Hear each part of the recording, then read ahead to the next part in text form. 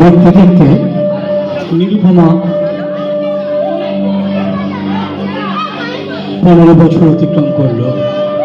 বাবা রামচন্দ্র তার সাধ্যমতো কন্যাকে সুপাত্রস্থ করার জন্য উঠে পড়ে লাগলেন।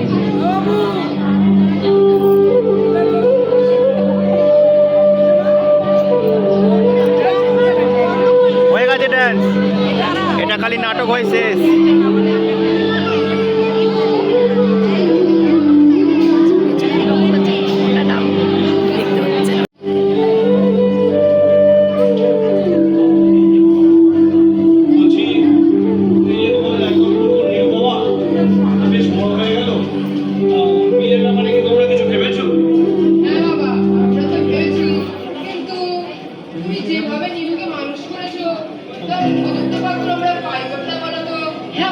একদম ঠিক, তুমি তো বলতে অনেক বড় ঘরে বিয়ে দেবে বলে স্থির করেছো। তোমাদের 5 ভাইয়ের পর ওই আমার একমাত্র কন্যা, তা ওকে কি যে কোনো ঘরে বিয়ে দিলে হবে? ওকে দায়িত্ব সেরকম দেখে শুনেই বিয়ে দিতে হবে। দেখো বাবা, জমিটা আমার বলতে এই সম্পদ, এইটুকু কুড়িটাতে আমাদের কোনো রকমের থাকে, কি করে এই সব দেখি বলে তো? কি বলেছো তো? এসো মা।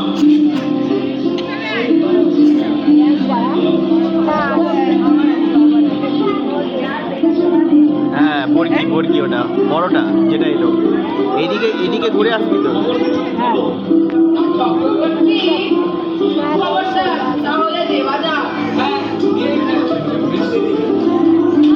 গ্রামের সবাই আমাদের গ্রাম থেকে গ্রাম দূরে, তুমি নিশ্চয়ই চেনো। এই লক্ষণ চিনি না, হচ্ছে যে কি গাড়ি একমাত্র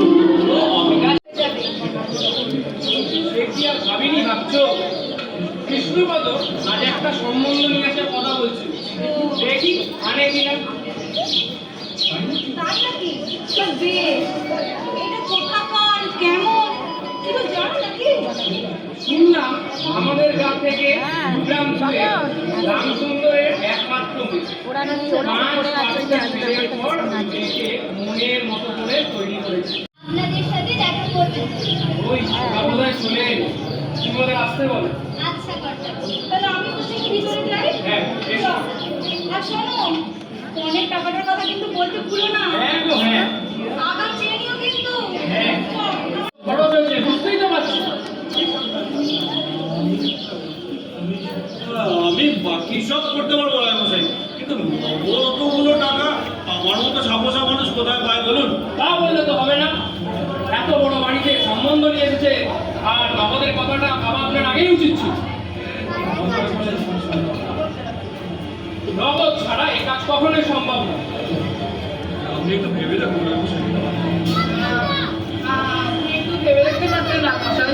আচ্ছা আচ্ছা, পারবেন না তো? পারবেন না? এই, কে আছিস? আচ্ছা ঠিক নগদ 10,000 টাকা চাইছে, সব বন্ধ নয়। বলতে দেখি রায় মশাই। বেশ, বলছি সবই তো শুনেছো তোমরা, তোমাদের একমাত্র বোন নীলকমল বিবাহবতী হয়েছে। আচ্ছা গামছা বই জামা আরে ঘোর কি এইদিকে ঘোর একটু, হ্যাঁ এটা তো আমাদের আশা ছিল। ওর নার্ভাস হয়ে গেছে না, ও নার্ভাস ও বরাবরই একটু নার্ভাস। এইদিকে ঘুরে থাকবে কোথায়? তাই না ওকে বলে ভাবছিলাম তেমন কিছু নিয়ে সেই ভাবনা নেই, কিন্তু নগদের টাকাটাই আমার ভাবাচ্ছি। নগদ 10,000 টাকা। ভেবে দেখবেন বাবা, ওদের সাথে আমরা পাল্লা দিতে পারবো। বাবা, ওরা নগদ কত টাকা চেয়েছে? নগদ নগদ 10,000 টাকা ছিল। এত টাকা কিছু ভেবেছে? দেখো বাবা, বোনের ভালো পাচ্ছ। আপনি এখানে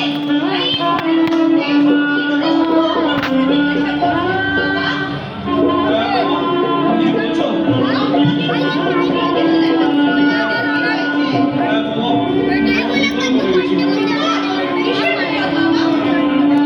দেখো না বৌমা, তত্ত্বাবধানে নগদের টাকাটা নিয়ে আসার কথা ছিল, কিন্তু উনি তো আবার এসেই পৌঁছালেন না। 7,000 টাকা আনতে বলেছিলাম, কিন্তু বাকি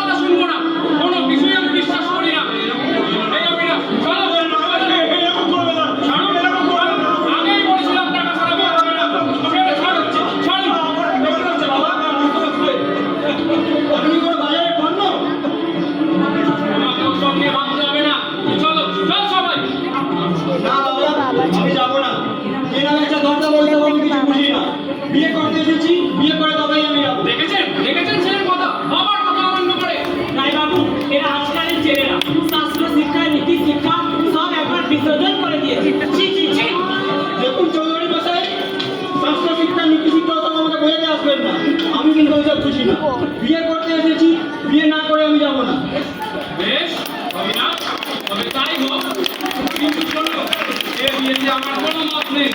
আর হ্যাঁ, আজকেই আমি বিয়ের পর নবদম্পতিকে নিয়ে বাড়ি ফিরে যাব। চৌধুরী, ভেতরে চলো। ভিতরে এসো, ভিতরে গেলাম। চলো।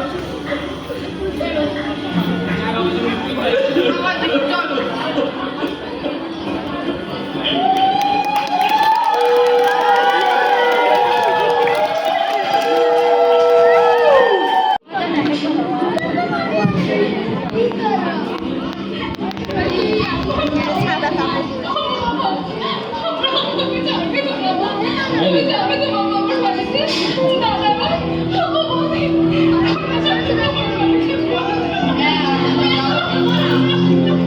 মানা কেঁদে দেয় না আমি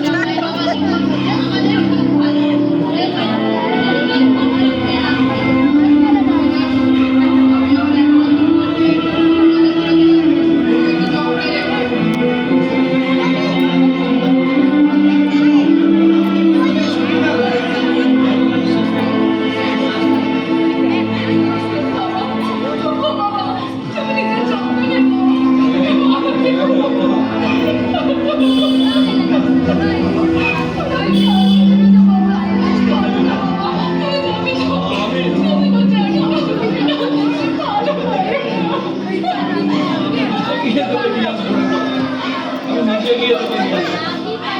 বাবা অবিনাশ, আমার এই একমাত্র কন্যাকে তোমার হাতে তুলে দিলাম।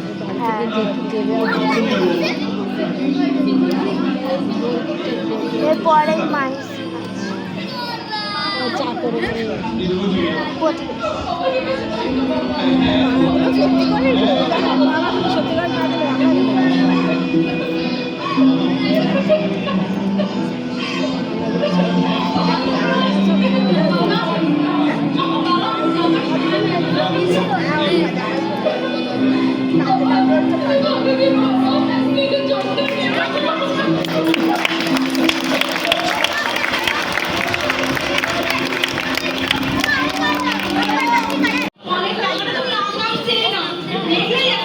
তো বিরক্তি হচ্ছে না, সব যাচ্ছে আসছে। কি করে বলি বলো? অত লোকের মাঝে আমার হাতে পায়ে বলো। আর আমার এই ছেলেদের ছেলেটা, ছি, ছি, ছি।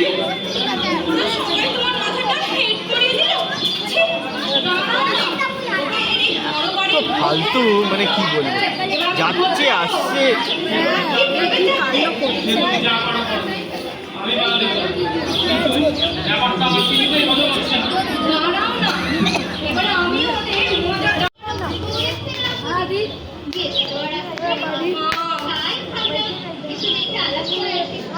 এসেছে ভালো করে দাও। বেশি আমাকে আলাপ টালাপ করতে যেও না তো। তা দিদির তো দেখছি বেশ না। শুনেছি তো বাবা লক্ষ্মী ছিল। না ছাড়। হ্যাঁ, তুমি ছাড়া এই বাড়িটাতে কল্যাণ কে আছে মা?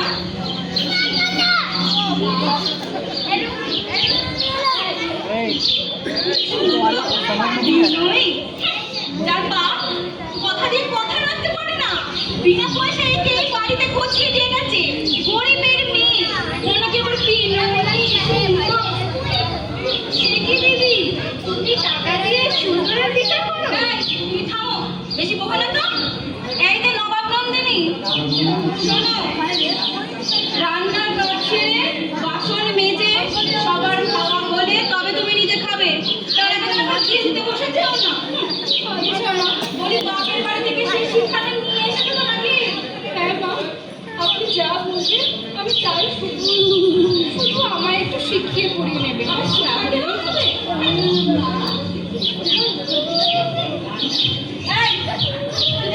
কি করছো? হ্যাঁ, এদের প্রশংসা শুনতে খুব ভালো লাগছে না? যাও ভেতরে যাও। তুমি জানো না ঘরে এখন মেয়েরা কাজ করে আছে, দাঁড়িয়ে আছে। তুমি যাও, প্রশংসা শুনতে তুমি যাও, তুমি যাও।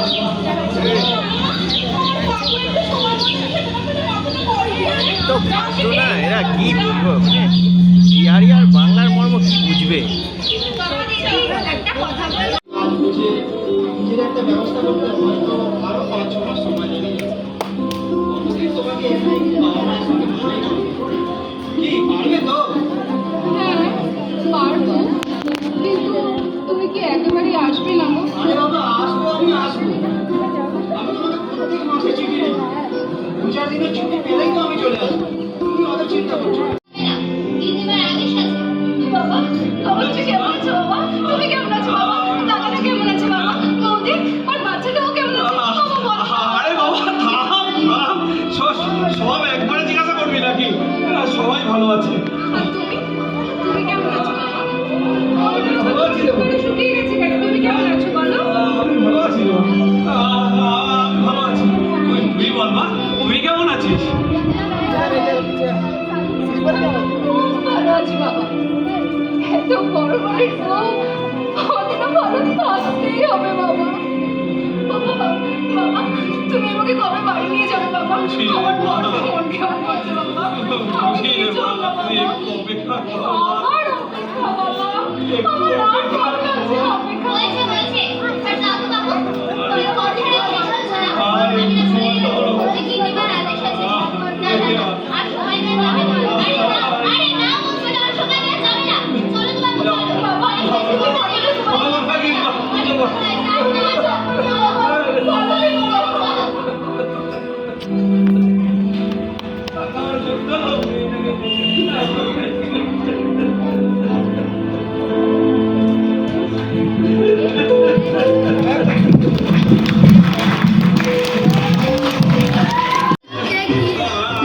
পরে বলবে এসব কথা, নীলিমাকে রেখে দাও, আমি আর যাবো মাঠে নিয়ে যাবো।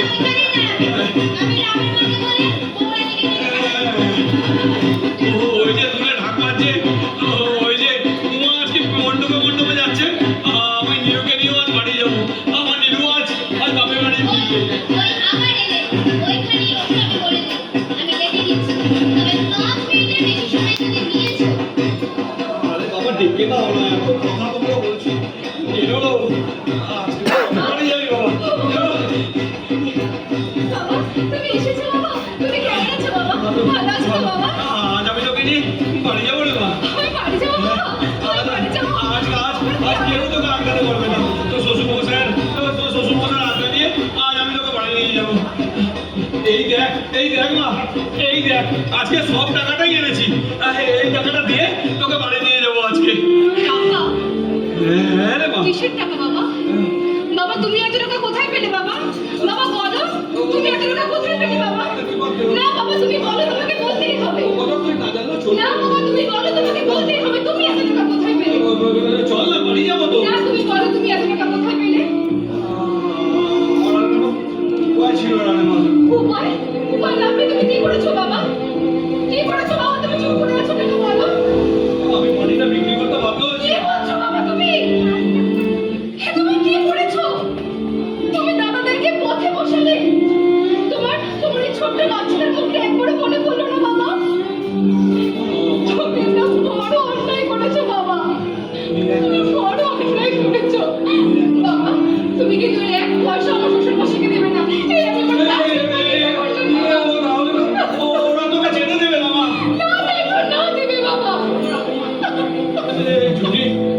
যদি তোর বাবার কথা না রাখতে পারে তাহলে তো তোর বাবারই অপমান বল। টাকা না দিলে অপমান বাবা। তোমার মেয়ের কি কোনো মর্যাদা নেই? আমি কি শুধু একটা টাকার টলি? যতক্ষণ টাকা আছে ততক্ষণ আমার নাম আছে। না বাবা, তুমি এটা অন্যায় করেছো।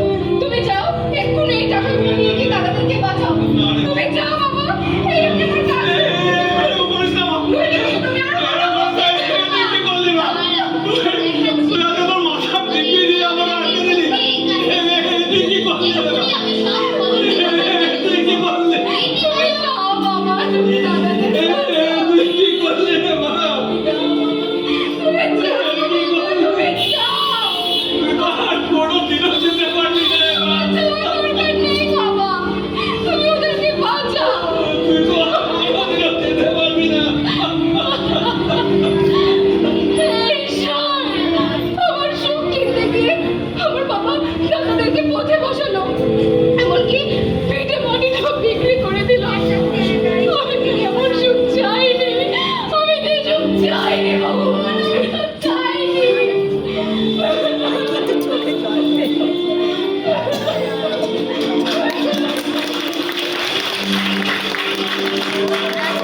এটা তো সালার বলছে কি আমার আজকে নাকি আমাদের ওই নগদের পুরো টাকাটাও নিয়ে এসেছিল। ওই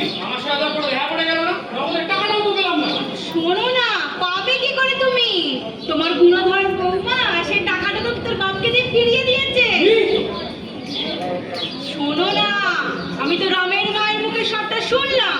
ও তো আমাকে বললো তোমার গুণধর বৌমা তার বাপকে কি সব টিপটি টিপটি দিয়ে টাকা সমেত বাপের বাড়ি পাঠিয়েছে। তোমরা ফোরদা, আমি এর একটা তুমি বেশি আমি করো না, তুমি আর কিছুই করতে পারবে না। তুমি এবার শুধু দাঁড়িয়ে দাঁড়িয়ে তোমার এই আঙুলটাই চোষো। আমাকে এর একটা ভিত করতেই হবে।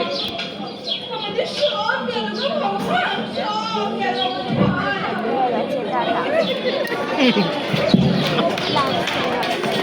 এদিকে নীরুর শারীরিক অবস্থা আশঙ্কাজনক।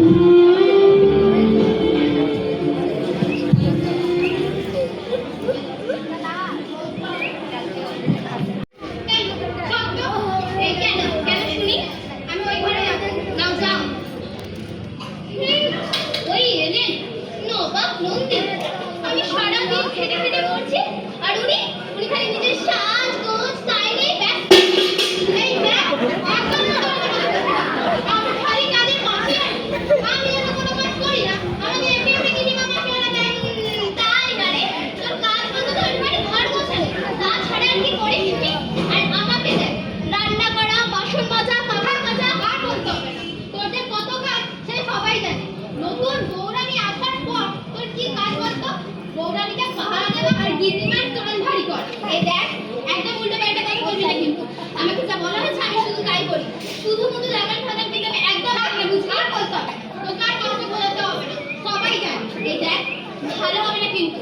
এই দেখে নিস তোর হাতে ছাটা আছে। বেশি পাবি না, আর নয়, তোকে মেরে দিকে একদমই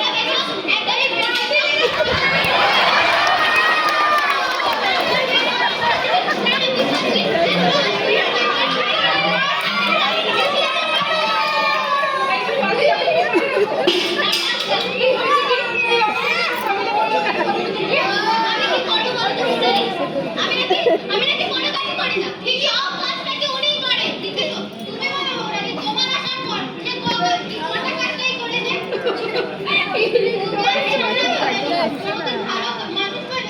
এইরকম মানুষটা পার হয়ে যায়। আমি কি করবো বলো তো বৌরানী? গিন্নিমার আদেশ।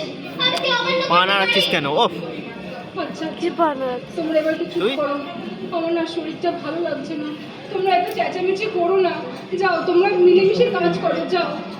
আচ্ছা তো বৌরানী, হ্যাঁ আমি ঠিক আছে, যাও তোমরা মিলেমিশে কাজ করো। আর আমার তো সব কাজের অভ্যেস আছে নাকি। যাও তোমরা মিলেমিশে কাজ করো ভেতরে গিয়ে, আর ঝগড়াঝাটি করো না বাবু। তুমি খুব ভালো বৌরানী, সত্যিই খুব ভালো। আচ্ছা এই অনেক কাজ আছে, চল অনেক কাজ আছে। আমিও বলবো, যাও।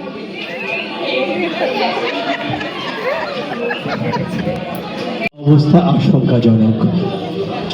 বাপের বাড়ির সম্পর্ক ছেদ হওয়ায় মানসিকভাবে বিপর্যস্ত। স্বামীও বাইরে কর্মরত। পত্রে নীরুর খবর দিলেও নীরু তাকে কখনোই বাড়ির পরিবেশ সম্পর্কে জানাতো না। দিন দিন তার শরীর অবসন্ন হয়ে পড়েছে, চিকিৎসার ব্যবস্থা নেই।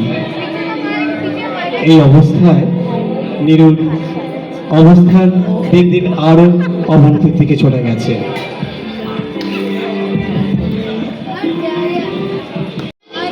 বৌরানী, তোমার কি হয়েছে বৌরানী? বৌরানী, তোমার কি হয়েছে? তোমার শরীরটা ঠিক ভালো দেখতে না। বৌরানী,